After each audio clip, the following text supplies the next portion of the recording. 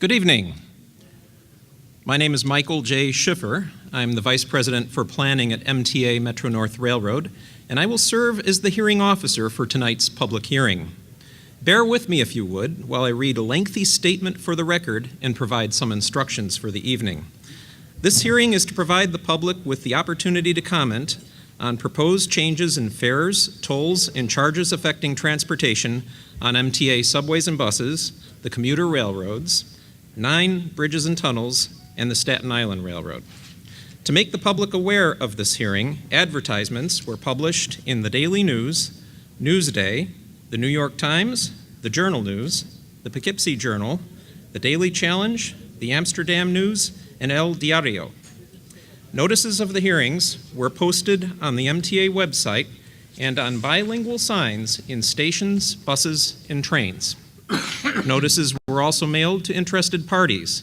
The MTA's website, www.mta.info, describes these proposals in detail and includes tables of proposed fares for the MTA's commuter railroads, the Long Island Railroad and Metro-North Railroad, as well as for the MTA bridges and tunnels, the proposed crossing charges.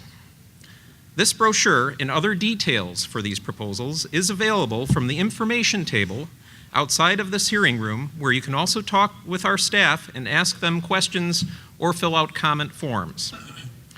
The public is also encouraged to submit written comments via our website or by mail to Casey Morgan, CASCYMORGAN, at the MTA, 2 Broadway, 4th floor, New York, New York, 10004. The staff at the tables outside can also provide you with that address.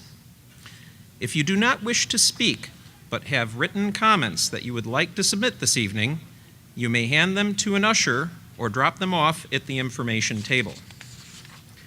This proceeding is not an open question and answer session. The members of the MTA Board of Directors and senior management staff are here to listen to what members of the public have to say about the proposals. This is so that public comments are taken into account when final decisions are being made by the MTA board on the proposals. So the board members will be listening, not commenting. As I said, though, there are expert staff at the tables outside to take and answer your questions. All spoken comments presented tonight, all correspondence, all the emails that we receive, and all comment cards will be incorporated in the official hearing record and reviewed by the MTA board. In addition to the hearings, and in an effort to provide additional opportunities for the public to comment, the MTA is holding 4 satellite sessions at which the public can offer comments while being videotaped.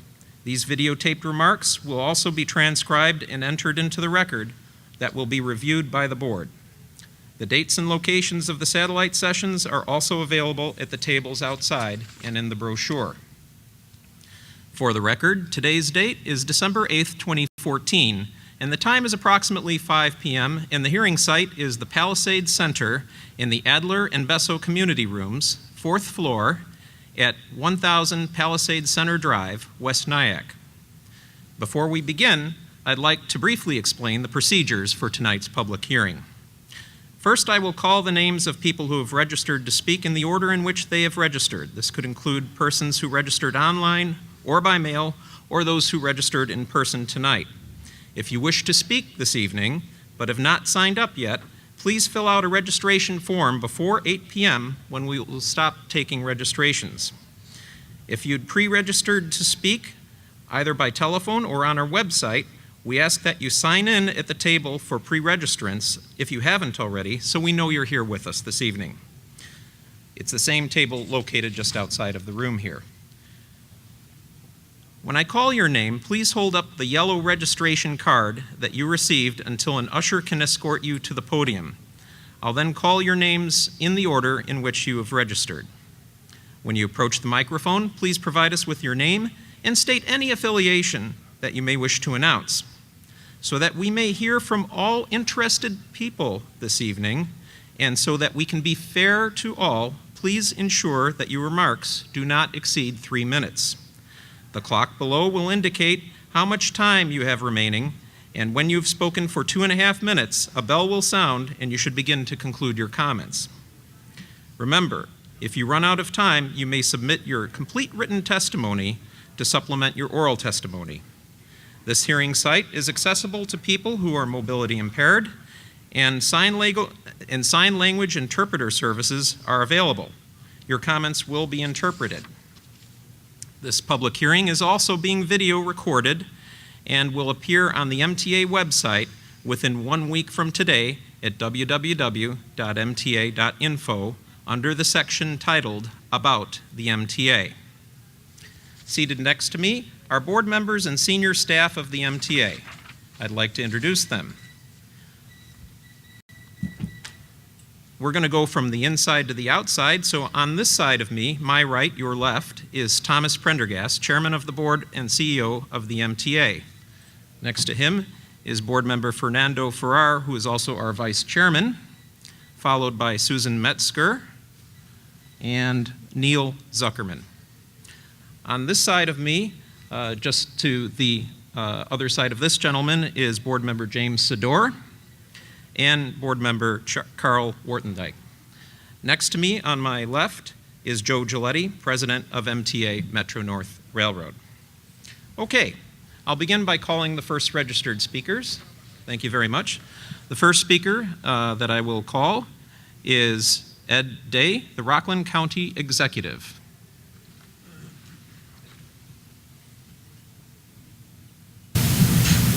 Thank you and good evening. MTA Chairman, Prendergast, Metro North Rail President Joe Giletti, and members of the board. On behalf of our commuters and taxpayers, I want to first acknowledge that the MTA was responsive to our county's request that our residents be given courtesy of a public hearing here in Rockland County. Thank you. I'm here this evening to voice an extreme displeasure with the MTA's decision to increase fares for Rockland County commuters, especially when you look at the severe annual multi-million-dollar annual gap that Rockland has endured for more than 25 years. As a county executive and also as a county legislator in the past, I have repeatedly asked that Rockland County be exempt from fare increases given the inequity that exists for what we pay to MTA and what we receive in return. MTA's own findings in our most recent independent analysis clearly shows Rockland County pays approximately $40 million more to the MTA each year than it receives back in the form of service and funding. This gap between what we pay and what we receive has nearly doubled since 1998, $22 million. Recent MTA service improvements have done little to reduce Rockland's value gap. The bulk of our rail service is provided by New Jersey Transit and dictated by the restrictive and outdated operating agreement between the agency and Metro North. Rockland County is plagued by its orphan status as a New York community on the west side of the Hudson River. Now is a time we must finally start working together with the MTA, Metro North, New York State DOT, and NJT to change that dysfunctional relationship which has thwarted west of the Hudson Rail improvements in Rockland County for far too long. This afternoon, I did have the pleasure of meeting with some of you in my office, and I want to thank you for that. I am encouraged to have your commitment to work together with Rockland County on this issue and are ways to reduce our long-standing value gap. Gentlemen, thank you for setting aside that time to hear our concerns, and I genuinely appreciate that. And I know we submitted much information to you for detailed look and follow-up.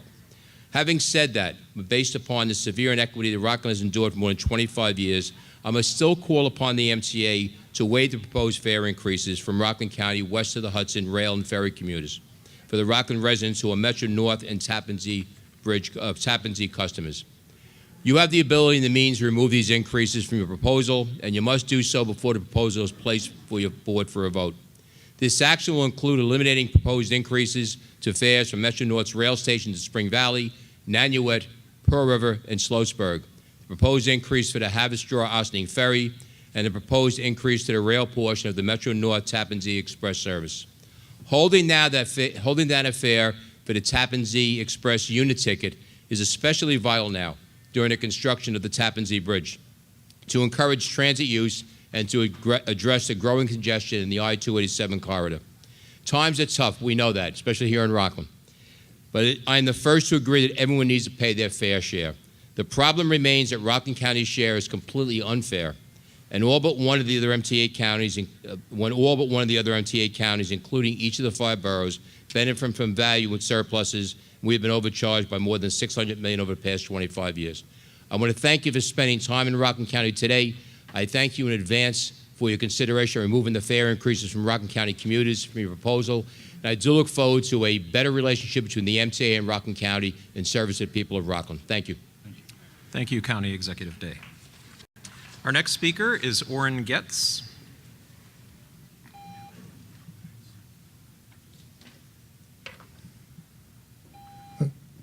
Good evening, ladies and gentlemen. My name is Orrin Getz. I live here in Rockland County, and I'm affiliated with the New Jersey Association of Rail Passengers. Main financial problem with the MTA is its large amount of debt. The debt financing takes a significant portion of the fare box revenues that's great for Wall Street, but not so great for the commuters and the transit riders. The MTA has to look for better ways to reduce its debt. It's got to get more financial assistance from New York City, Albany, and Washington for its capital projects and for operating assistance. Also, the MTA has to look for ways to reduce the cost of its major projects. If you look at the East Side Access Project, you see a good example of what went wrong. The project is way over its estimates, it's 10 years behind the schedule, and it could have been built in a much simpler way. We also need the MTA to get involved in building 2 new rail tunnels under the Hudson River. The 2 existing rail tunnels, they're run by Amtrak, were damaged and will eventually have to be shut down. Also, the 2 existing tunnels are now operating at capacity. The MTA was the organization that pulled out of the ARC project, Access to the Region's Core, which eventually resulted in Governor Christie canceling the project. Now the MTA has to become a partner with Amtrak to push ahead with the Gateway project. The MTA must also get involved with the extension of the number 7 subway train to Skoufis. This would be a big benefit to Orange and Rockland County commuters, both rail and bus. And also it would have tremendous economic benefits for us on this side of the Hudson River and for Midtown New York City. It is a critical project. Also, the MTA has to start looking into using light rail as a surface transit system. It hasn't in the past. It's one of the only few major transit systems that does not use light rail and should consider it in the future. The concept of using a diesel bus as the only form of surface rail transportation is 1950s rail transit planning. And bus rapid transit, like the Select Bus, is not as good as a light rail system, but less costly. New Jersey Transit operates successfully 3 light rail systems, and I think the MTA has to look into these systems and see what it can do to more effectively and to move people at less cost and provide better service. Thank you. Thank you, Mr. Getz. Our next 2 speakers in order will be Nancy Pryact, followed by Gary Proffitt. Nancy Pryact, please. Good evening. Good evening. Oh, do you need me to show you that? Oh, thank you. On behalf of the Orange County Citizens Foundation, I thank you for the opportunity to comment. My organization is focused on quality of life for residents and businesses in Orange County. And while I recognize tonight's hearing has been called to discuss fare hikes, I am compelled to focus more on Orange County's needs to be included in the upcoming capital plan. It's disgraceful that Orange County should be subject to the same taxation as neighboring counties within the MTA service area. But not included in any investment in infrastructure. In Orange County, 27% of all workers above the age of 16 travel outside of Orange County to work. 74% of them drive alone. Only 5% use public transportation. In this day and age, given our proximity to the metro region, that is almost incomprehensible. Many of those using mass transit use bus service because of the frequency in service. That's also outrageous given the train networks all around us and Orange County's rail-heavy history. Ridership is increasing on trains, but not like it should be. We do expect ridership to continue to increase with better, faster trains and savings in parking. Commuters are looking forward to a mid-afternoon train to increase options, further increasing ridership, and we thank you for all of that. However, our needs for infrastructure are overwhelming. And without your attention to it now, in the upcoming capital plan, we have no hope of real transit growth for years to come. We need double rail, which is the gold standard for us in Orange County. It's every place. We have 65 miles of single rail with only a few places to pass trains north of Harriman. We need a double rail, and without putting this in the capital plan, we move further away from planning and implementation each year. In the meantime, we need more midpoint rail yards. Because we don't have a double rail line, without additional rail yards, we don't have enough storage for inactive trains.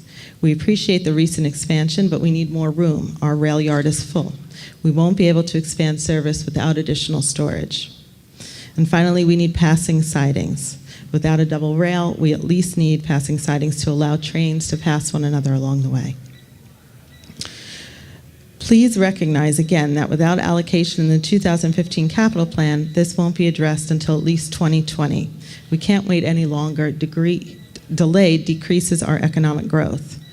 We recognize that the MTA is underfunded for a number of reasons. We have supported the MTA lockbox in the past.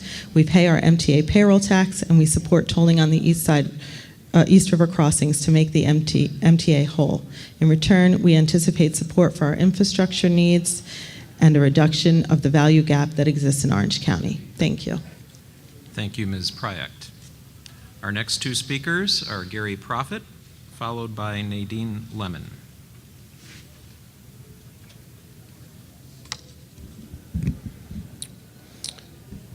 Yes, hello. I'm Gary Proffitt, the Vice President of the Empire State Passengers Association, representing passenger interests throughout the state of New York. And I'm from Ossining, New York, and a frequent user of Metro North service in Westchester County, and also the subway system in New York City. Just a couple of items regarding the fare proposal. I believe that the bonus is important on the Metro cards. I know that was one issue that there was a question about, but I think an 11% bonus that makes everything come out to pennies is not exactly the best way to do it. You should certainly look at a 10% or some other percentage that makes it come out a little more even, so people don't end up with 7 cents and 61 cents and 15 cents left on their Metro cards. Also increasing the minimum to $10 to receive the bonus. It used to be much higher than that, I think around $10 or $20 in order to receive the bonus. I think that should also be brought back, as in I don't think there's any point in giving a bonus for a volume discount if somebody's spending less than $10 or $15 on a Metro card. As far as the unlimited goes, I think increasing it to $116.50 is too high as far as for people that are using it every day or every business day. A lot of people, especially now, do not commute into New York every single day. They may only go into New York 3 or 4 days a week, and it's such a high expense for the unlimited monthly Metro card. A lot of people are not using those, 40 days, 40 rides, or using them every day like some people do that live in the city or in one of the boroughs. People from the suburbs often do not go into New York 20 times a month. They may only go into New York 12 or 15 days a month, which means whether they get the unlimited or just do the pay one fare at a time, the cost is about the same. There should be a more substantial discount, and the unlimited should be less than $116.50, which is the amount that's listed in both of your proposals. Increasing the base fare to $275, I don't see any problem with that from $250 today, because once again, the people that will be paying that are not the regular users that should be getting a break on the system. As far as Metro North and Long Island Railroad, I think that some of the outer areas should receive less of an increase. For example, I noticed as a frequent traveler on Route 9, a lot of people come down from Kingston, come down from Poughkeepsie, even come down from Beacon, and drive all the way down to either Croton or Tarrytown in order to park to save a few dollars on the fare, because they're just, especially if there's two of them driving. I think the fare should be set so that it's advantageous for those people to use the station further up the line. I know several people that live right near the Beacon station. They drive down to Croton every day. And the fare should not encourage couples to do that. And as far as the bridges go, I think that the fare proposal 2, which increases across for trucks, should be used and not an increase for cars at this time. and the New York State DOT should look at some type of intermodal facility out on Long Island, such as the Pilgrim facility or Pilgrim site, in order to encourage rail freight onto Long Island to take some of these trucks off of the bridges. Thank you. Thank you, Mr. Profit. Our next two speakers are Nadine Lemon, followed by Richard Katashi. Thank you for the opportunity to testify today on the MTA's proposed fare, toll, and service changes for 2015. My name is Nadine Lemon, and I am the New York and Federal Policy Coordinator for Tri-State Transportation Campaign, a nonprofit advocacy group promoting sustainable transportation while watchdogging how agencies and departments expend transportation dollars. The proposals put forth to relate to the operating budget of the MTA, but the operating budgets of the MTA and the capital budgets are closely linked. As noted in the report for the MTA Reinvention Commission, quote, pressures on the operating budget can often lay claim to funding that might otherwise have gone to the capital budget. This is why we support the 2015 fare increase of 4%, which was scaled back from 7.5%. In September of 2013, New York State Comptroller Tom DiNapoli called on the MTA to scale back the fare increase, having pointed out that the cost to riders had risen 29% since 2007, twice the rate of inflation. The biennial fare increases of 2009 financing packages were meant to address inflation, not plug significant operating shortfalls caused by Albany's diversion of transit dollars or inadequate city and state investment in our transit network. TSTC opposed the 2011 and 2013 fare increases, which were largely triggered by the state legislature's diversion of dedicated transit money into the general budget, essentially reneging on the 2009 financing package enacted by the legislature.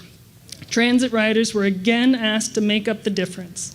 A lockbox mechanism that would have protected riders by making it a little harder to siphon transit operating funds was twice passed by the state legislature and twice vetoed by Governor Cuomo.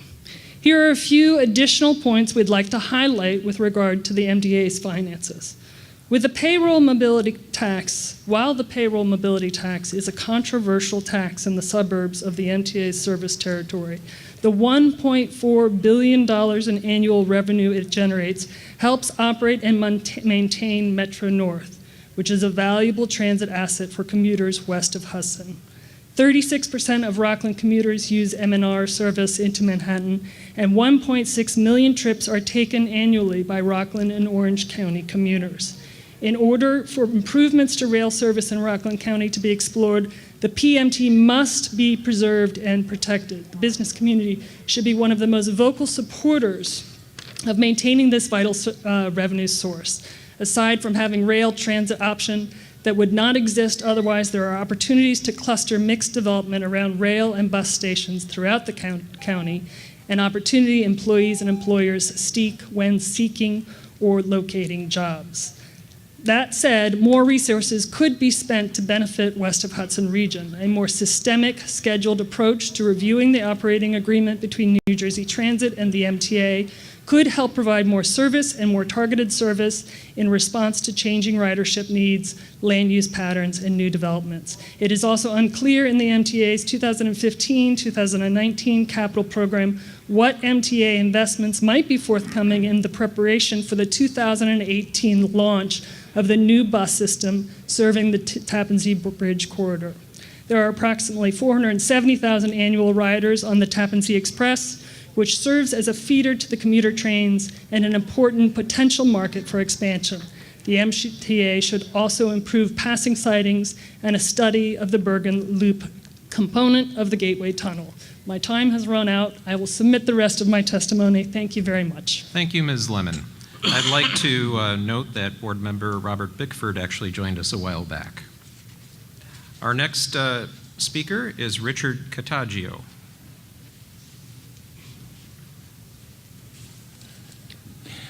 Good evening. I am Rich Katashi, an Orange County resident and a member of the Metro North Rail Commuter Council. I have served for almost 30 years as a west of Hudson resident.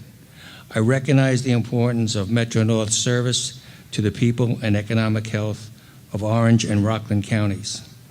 The past several years have been very difficult ones for Metro-North, including the damage caused to Port Jervis Line by the tropical storm Irene, the impacts of Superstorm Sandy, and the series of incidents through 2013 that culminated the National Transportation Safety Board's recent report. We recognize that there is much to do, but we are confident that under the new leadership, the railroad is equal to the challenge. Today, however, we are concerned with the impacts of this fare proposal on the riders and on Metro-North operations. This council's position has been to support predictable, moderate fare increases that are designed to have riders pay their fair share for increases in the operating cost. While the previous increases have averaged 8 to 9% over a 2-year period, we believe the increase under discussion today at 4% is more in line with general increases in cost of living and more manageable for other riders. Nevertheless, we must also raise the revenue from other funding sources to prevent Metro-North riders from paying an ever-increasing share of the cost of operations. This fare proposal is projected to raise the Metro-North fare box operating ratio to 62.8%, over 5 points above its level in 2013. We also must strive to keep fares affordable. We applaud this board's action to reduce parking fees by 91% for this coming year, but many commuters still remain financially strained by even a moderate fare increase. Metro-North fare structure also makes it difficult for some families to use railroad for leisure travel and for some case provide less expensive to drive, making them family trips. It's to this end we again recommend a family fare type fare for weekends and holidays that would be affordable to families with children for a flat rate fare. This system has provided viable elsewhere. Example, Chicago. Metro-North offers a $7 weekend pass which allows unlimited riding on Saturday and Sunday. And in Los Angeles, the Metrolink sells a $10 weekend pass for the same weekend service. We also believe that capacity issues for west of Hudson riders need to be addressed through projects including the completion of the as-yet unbuilt Pascack Valley line, passing sidings, and additional cross-Hudson capacity, which may include extending the 7-line extension to Secaucus. The latter is particularly important in view of Amtrak's conclusion that it must soon perform major repairs on its Metro-North Trans-Hudson terminals. Ultimately, New York State must re-examine how MTA is funded. The Council's consistent position has been that the MTA's funding sources must be stable, reliable, and able to grow to meet increasing costs. We believe that over the present unstable funding mix is failing the test, and we ask for your commitment as board members to be forceful advocates with our elected representatives for improvements. Thank you. Thank you, Mr. Katashi. Our next speaker is State Assemblyman James Skoufis.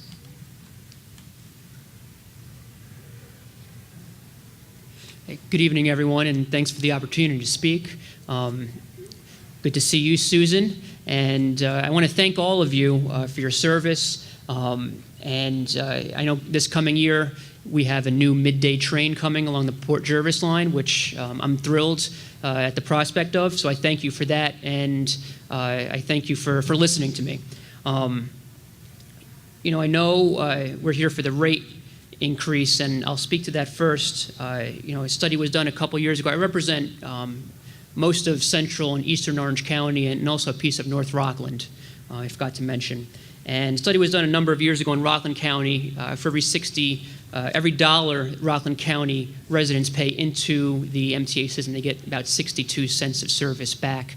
In Orange, it's estimated about 80 cents. So the concern, as I'm sure you've heard by myself and others, is the rate increases is across the board, and we're looking at the same increase as east of the Hudson. Meanwhile, we get far fewer services. So whether it's the MTA payroll tax, which I know is a legislative issue, although you can certainly take a leadership position on in helping reduce that burden on our side of the river, especially now we're dealing with the prospect of a rate hike. And I would ask that if the west of Hudson counties could not be exempted, at least be scaled back so that it's proportional, the increase that is, to the services that we do get.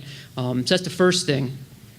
The second, I do want to mention a few things in the capital plan, because we are talking about services in relation to the rate hikes. And Orange and Rockland are two of your fastest growing counties in your entire MTA system.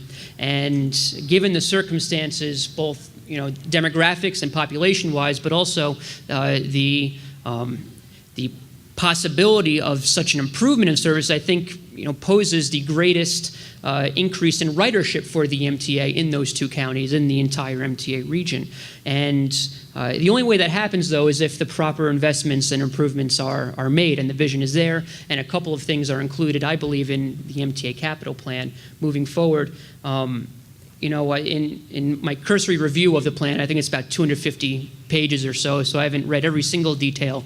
But the commuter lines, if we compare all of them, Long Island, we've got $3 billion in continued work on the east side access there. We've got about $750 million on the other side of the Hudson River for Penn access, and also the new stations as well in the Bronx. So some significant improvements there, along with, of course, the billions in ongoing maintenance and replacement of equipment, et cetera.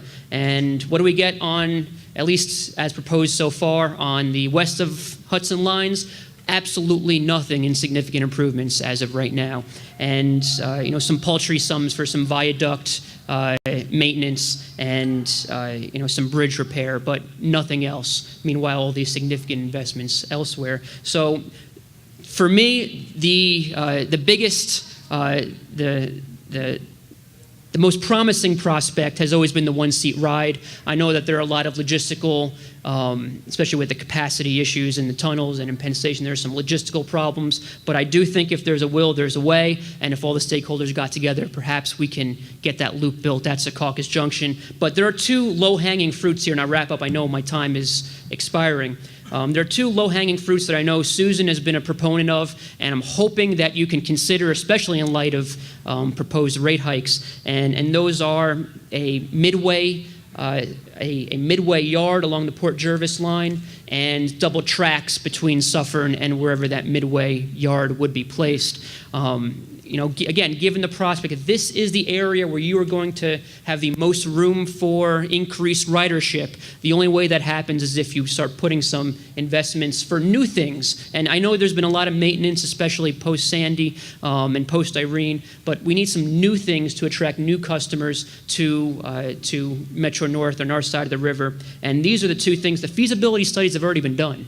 As far as, that's my understanding. The feasibility study for the double tracks, the feasibility study for the midway yard have been done. This will allow us to get more trains in our area, especially in eastern Orange County, where the crux of your ridership is in Orange County, in my district. So I do hope you consider that. I've had long conversations with Keith Wright from Manhattan, Assemblymember Wright, who is on the State Review Board, about these items. I encouraged him to not support an MTA capital plan that does not give us some tangible benefits on our side of the river. I've been speaking with MTA leadership, and we have a very positive relationship, I'm happy to say. And I look forward to continuing to work with you all, Susan, the MTA, in getting us some things on our side of the river. Let's not be ignored this time around. Thanks so much.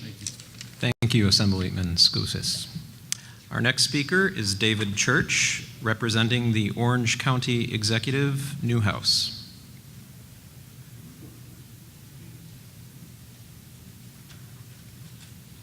Thank you. Hello again, Susan. I'm going to read a statement by County Executive Stephen Newhouse. On behalf of the Orange County residents, thank you for this opportunity to address the proposed Metropolitan Transit Authority fares hikes scheduled to take effect in March. I'm concerned that the fare hikes approved as part of the 2009 MTA bailout continue to unfairly saddle Orange County commuters with additional costs without raising the quality of rail service here, west of the Hudson. This latest proposed fare hike comes on top of MTA payroll tax, a tax I continue to oppose. Orange County has long suffered a value gap. Our residents pay as much more to the MTA than the value of the service we are provided.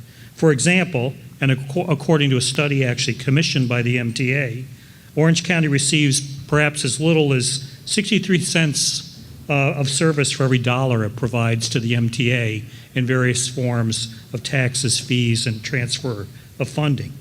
By contrast, our neighbors in Dutchess County may receive as much as $1.50 in service for every dollar they put in. Likewise, Nassau receives $175 in service for every dollar it sends to the MTA. These disparities are not new, and in fact, they've been studied previously, and Orange County has asked that these studies be updated and still hope that they will be. Indeed, they come from MTA's own studies as far back and as recent as 2007. Again, to raise fares without addressing this obvious and unfair value gap is unacceptable. Once again, I thank you for the opportunity to comment. Thank you very much, Mr. Church. Our next speaker is Maureen Hallahan. Did I pronounce that correctly? Hallahan, I'm sorry. Maureen Hallahan from the Orange County Office of Economic Development. Thank you very much. Thanks for having me today and allowing us all this opportunity to speak and address you. Susan, thank you. It's great to see you, as always. So I'm the president and CEO of the Orange County Partnership, which is the Orange County Office of Economic Development. And our sole focus is to create new jobs and to bring new revenue, new tax ratables and capital investment to Orange County. We're pretty good at what we do, and I think we've had a couple of successful years in the past, but I want to just give you some statistics that might support our need for mass transit in Orange County.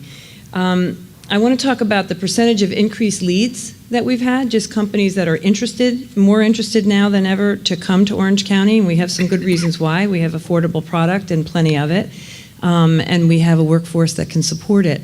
I also want to talk to you about the percentage of increased closed projects. Those are real projects that closed, and a percentage of companies coming from the MTA area. So, number one, the number of leads that we've worked has increased by 20% over the last 2 years in Orange County.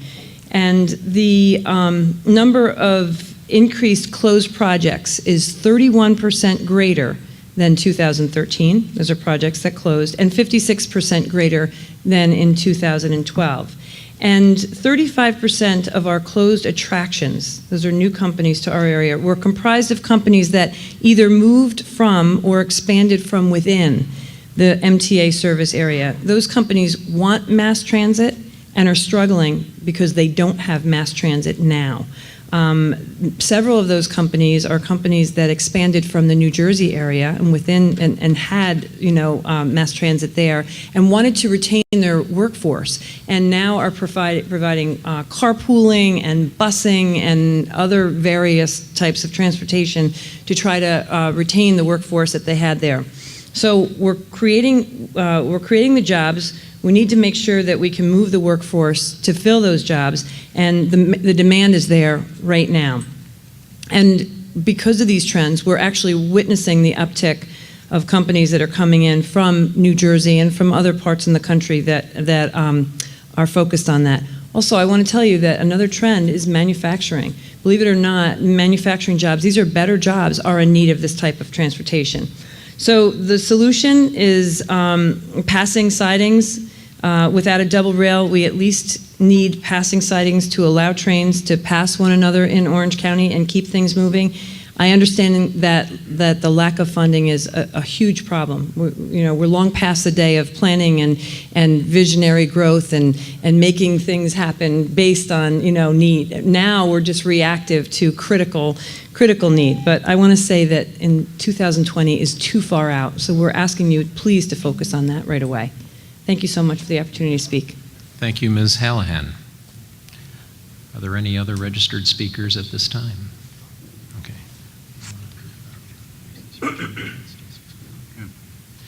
I propose that we recess for 20 minutes until 6 o'clock, at which time we'll reconvene. All right, well, this has been fantastic. Yeah. Pleasure. See you in Brooklyn. You might as well hang for the next half hour. I've got Half a minute, half a rather. minute. Yep. Yeah. Here we go. And then they're going to get it. Oh, you really did put it on. That was hilarious. Are we going to go back in session? Yeah, he's got to officially close the meeting. Fine. Then Yeah. So we can photograph of it? Fine. No. Another half minute. 8 o'clock. Yep. There we go. We'll just put this Really not 8 o'clock. Fine. Okay. All set? Actually, let me come around. Yeah. For the video. Anybody else coming in for the closing? Just the closing. Okay. Just record the closing.